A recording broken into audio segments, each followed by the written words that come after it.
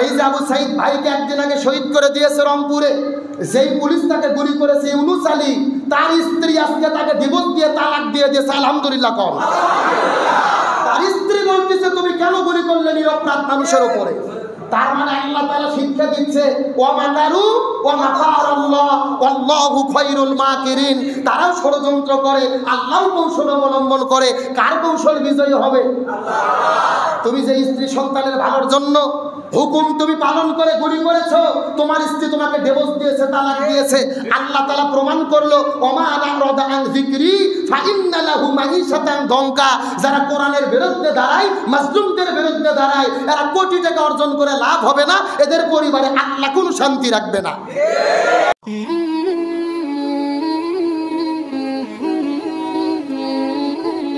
আজকে বাংলাদেশের ভেতরে, সারা বাংলাদেশে মনে হয় যুদ্ধ বিধ্বস্ত অবস্থা। ৬৬ জেলায় নেটওয়ার্ক বন্ধ, যোগাযোগ নাই, নেট নাই, ফেসবুক নাই, ইউটিউব নাই, সব কিছু বন্ধ। আজকে স্বাধীনতার পরে বাংলাদেশের এমন দিন আমার জীবনে অন্তত দেখি নাই। আজকে শত শত ছাত্রদের উপরে হামলা করে স্কুলের নিরপরাধ নিরীহ ছাত্রদেরকে গুলি করে করে শহীদ করে দেওয়া হয়েছে। কত মার বুক খালি হয়ে গেছে, চোখের পানি ফেলে কান্না করতেছে। ফারহান ফায়াজ নামে একটা ছেলে সবে মাত্র ইন্টারমিডিয়েটে পড়াশোনা করে, 18 বছর বয়স। আজকে যখন গুলির কাছে বুক পাতিয়ে শহীদ হয়ে গেল, তার মা তাকে জড়িয়ে ধরে কান্না করতেছে। একটা বাবা মার কাছে, বাবা মা জীবিত থাকা অবস্থায় সন্তানের বিদায় কত কষ্টের, এটা ওই বাবা মা ছাড়া কেউ বলতে পারবে না।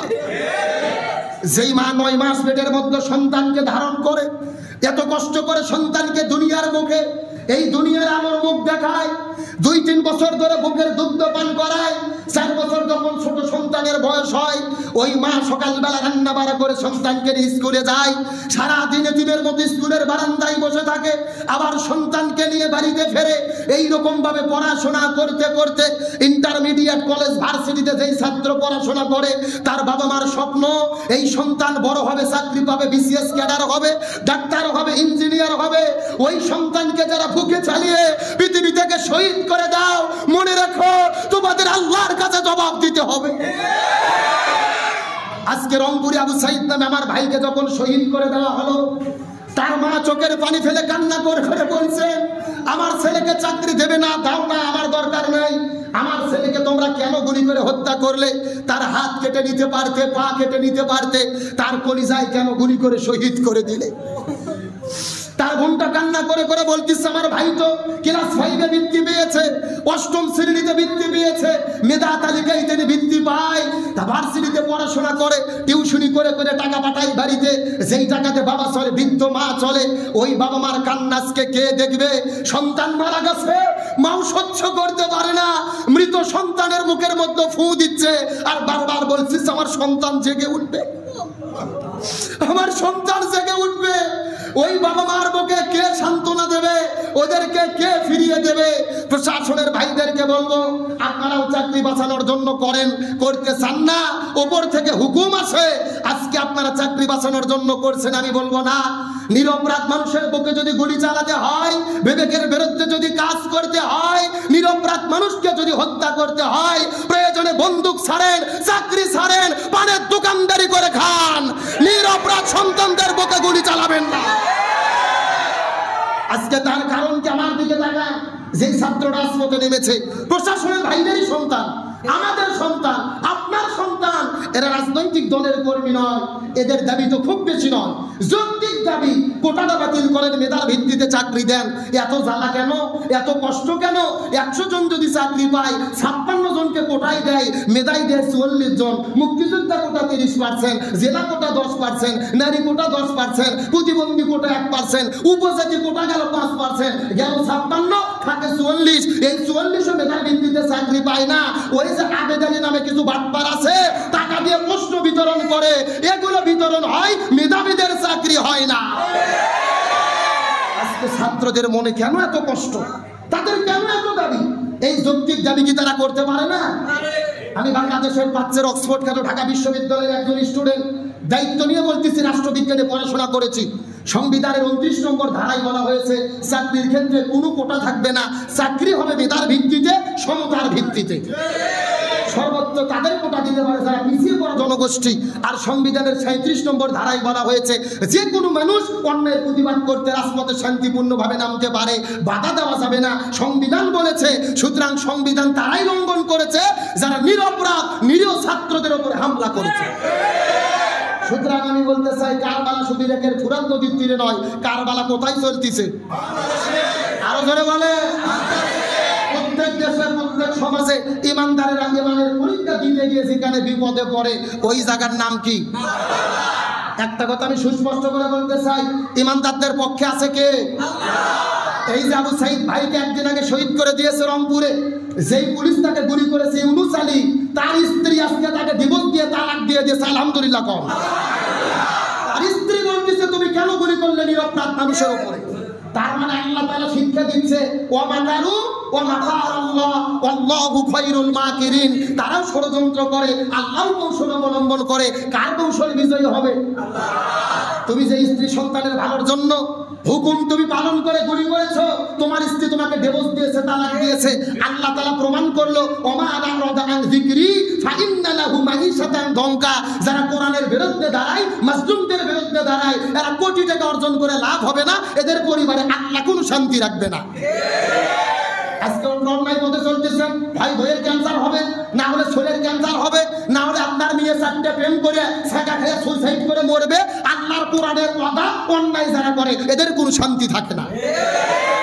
একটা কথা সুস্পষ্ট, ইমাম হুসাইনের কথা পরিষ্কার করে বলি, আজকে আমার দেশে আমার সমাজে যারা মার খাচ্ছে, জীবন দিচ্ছে, শহীদ হচ্ছে, এরাই ইমাম হুসাইনের উত্তরসূরি।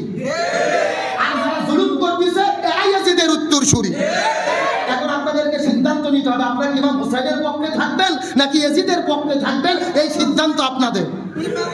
ইমানদারদের পক্ষে কে সাহায্য করে? আল্লাহ। এই আবু সাইদ ভাইকে শহীদ করা হয়েছে, একে কেউ চিনত না, আজকে তামাম পৃথিবী ছেড়ে রংপুরে একটা রাস্তার নাম করা হয়েছে আবু সাইদ চত্বর। আলহামদুলিল্লাহ কর। এমনকি রোকেয়া বিশ্ববিদ্যালয়ের গেটের নাম করা হয়েছে আবু সাইদ গেট। তার মানে বোঝা যাচ্ছে যে দিনের জন্য হকের পক্ষে থেকে জীবন দেয় তার সম্মানকে কে বৃদ্ধি করে? আল্লাহ কোরআন বলেছে ওয়ালা তাকুলু লিমান ইউকতালু ফি সাবিলিল্লাহি আমওয়াত বাল আহইয়াউ ওয়ালাকিন লা তাশউরুন।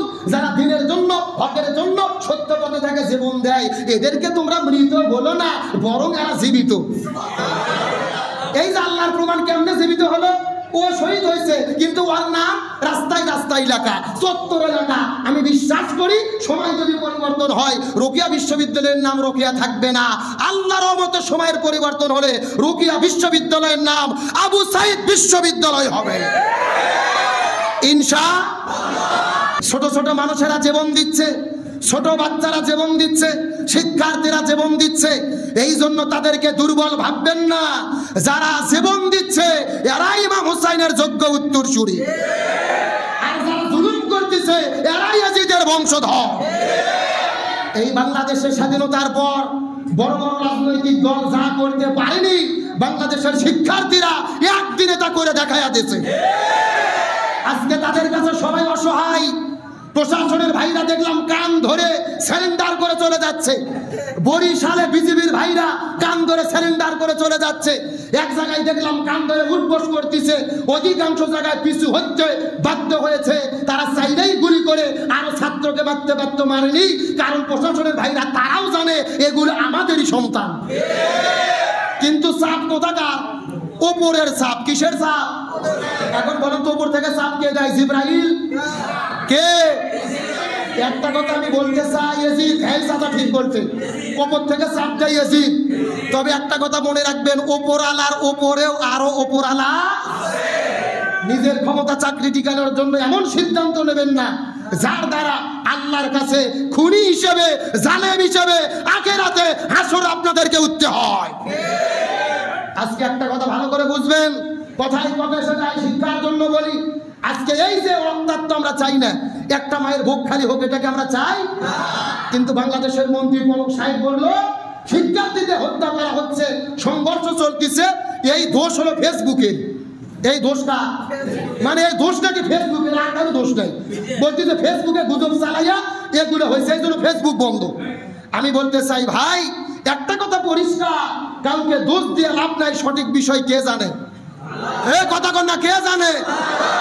ফেসবুকের দোষ নাই, সাধারণ শিক্ষার্থীর দোষ নাই, প্রশাসনের দোষ নাই, বড় দোষ হলো ওই সমস্ত ছাত্রলীগ নামের সন্ত্রাসীদের, যারা সর্বপ্রথম সাধারণ শিক্ষার্থীর উপরে হামলা করে সংঘর্ষকে উস্কে দিয়েছে। তারা যদি তা শুরু না করতো আজকে এই পর্যায়ে যেত না। আমরা সুস্পষ্ট করে বলি, স্বাধীনতার মহান স্থপতি বঙ্গবন্ধু শেখ মুজিবুর রহমান, আমরা তাকে স্যালুট দেই, তার জন্য স্বাধীনতা পেয়েছি। এই বঙ্গবন্ধু ছাত্রলীগ করে দেশ স্বাধীন করেছিল, কিন্তু বর্তমানে যারা ছাত্রলীগ করে এরা দেশ স্বাধীন করে না, এরা ধর্ষণে সেঞ্চুরি করে, এরা নিরপরাধ মানুষের উপরে হামলা করে। তার মানে বঙ্গবন্ধুর ছাত্রলীগ এই সন্ত্রাসীরা হতে পারে না। আমরা এই জন্য বলতে চাই, সন্ত্রাস মুক্ত আমরা ক্যাম্পাস চাই, সন্ত্রাস মুক্ত দেশ চাই। আমরা দল মত রাজনীতি বুঝি না, সন্ত্রাসীদের সঙ্গে আমাদের কোনো সম্পর্ক থাকতে পারে না। তাহলে